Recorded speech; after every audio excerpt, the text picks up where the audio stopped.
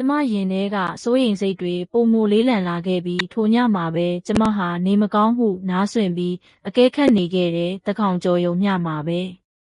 ရင်းနှီးနေတဲ့ခြေတံတွေထပ်မံထွက်ပေါ်လာခဲ့တယ်ကျမဟာရောက်ခမနောက်သို့ထောက်လန်းလိုက်ကထင်းပုံနောက်မှာပုံပြီးချောင်းကြည့်နေခဲ့တဲ့ရောက်ခမကြီးဟာရေတွင်းဝါကပြင်ပြားကိုဖယ်လိုက်ပြီးတွင်းအောက်စီအတန်ညင်သာစွာနဲ့လှမ်းပြောလိုက်တာကထမင်းဘူးထဲမှာကောင်းတဲ့ရေနို့သီးဆန်ပြုတ်ထည့်ပေးထားတယ်လို့ပြောလိုက်တာပါ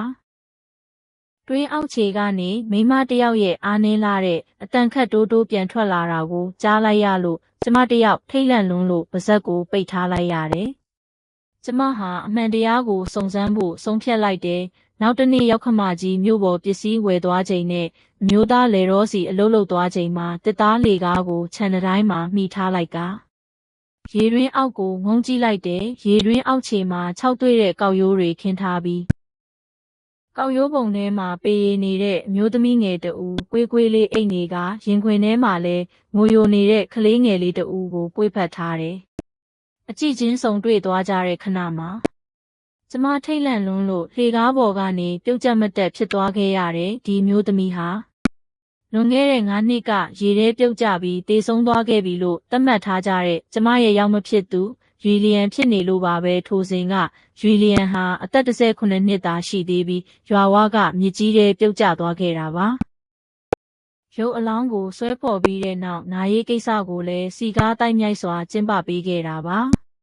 ကျမဟာအခန်းထဲပြန်ပြေးလာခဲ့ပြီးအမျိုးသားတော့ခတ်ထားတဲ့တစ်သားတစ်တာကိုဖွင့်ကြည့်လိုက်ရာအတွင်းထဲမှာဟောင်းနှွမ်းနေတဲ့စိစက်ကြောင်လန်းစာချုပ်တစ်စောင်ကိုတွေ့လိုက်ရတယ်ထိုစဉ်ကရောက်ခမကြီးဟာတားဖြစ်သူမိမယူဖို့ပတ်စံလိုနေတာကြောင့်ရက်ဆက်စွာနဲ့အရွယ်ရောက်စယူလီယန်ကိုအဝေးကအသက်ကြီးတဲ့ကုံတယ်စီမင်္ဂလာကြီးနဲ့လဲလှယ်ပေးခဲ့ပြီးရွာသားတွေကိုတော့သမီးဖြစ်သူတေဆုံးသွားပြီလို့လိန်ညာခဲ့တာပါနောက်ပိုင်းကုန်သည်တေဆုံးသွားပြီးယူလီယန်ဒုက္ခရောက်နေချိန်မှာအကိုဖြစ်သူကတိတ်တဆိတ်ပြန်ခေါ်လာခဲ့ပေမဲ့ရောက်ခမကြီးဟာအတိတ်ကအဆက်ခွဲစရာပေါ်ပေါက်သွားမှာကိုကြောက်တာရောသမီးနဲ့မြေးကိုမစွန့်ပစ်နိုင်တာကြောင့်ပါရေတွင်းဟောင်းနဲ့ပုံဝုံစေပြီးညတိုင်းတိတ်တဆိတ်ထမင်းသွားပို့ပေးခဲ့ရတာဖြစ်ပါတယ်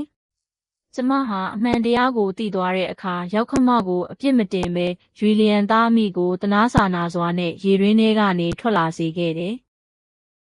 ယူလီယန်ဟာအပြင်မှာဒုက္ခခံစဉ်ကကိုယ်တိုင်စည်ရင်းစရာတင်ယူကစုဆောင်းထားသည့်ငွေကြေးများဖြင့်ရွာလမ်းများကိုပြုပြင်ပေးခဲ့သဖြင့်ရွာသားများ၏နားလည်ပေးမှုကိုရရှိခဲ့ပါတယ်။ကျမရဲ့အမျိုးသားကလည်းနှမဖြစ်သူသားအမိကိုမြို့ပေါ်တွင်အိမ်ငှားကအေးချမ်းစွာအခြေချပေးခဲ့ပြီးရောက်ခမကြီးလည်းအတိတ်ကနောင်တများနှင့်အတူသမီးဖြစ်သူကိုချစ်ခင်စောင့်ရှောက်နိုင်ခဲ့ပါတော့တယ်။